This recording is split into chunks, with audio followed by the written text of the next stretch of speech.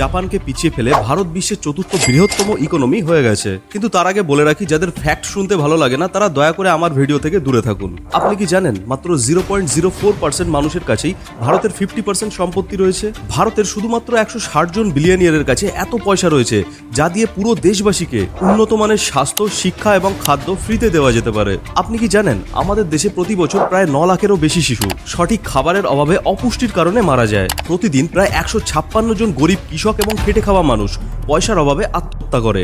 সরকার corporate tax 40% থেকে কমিয়ে 35%-এ নিয়ে এসেছে, আর এটার জন্য সরকারের কোটি কোটি টাকা লসও হচ্ছে।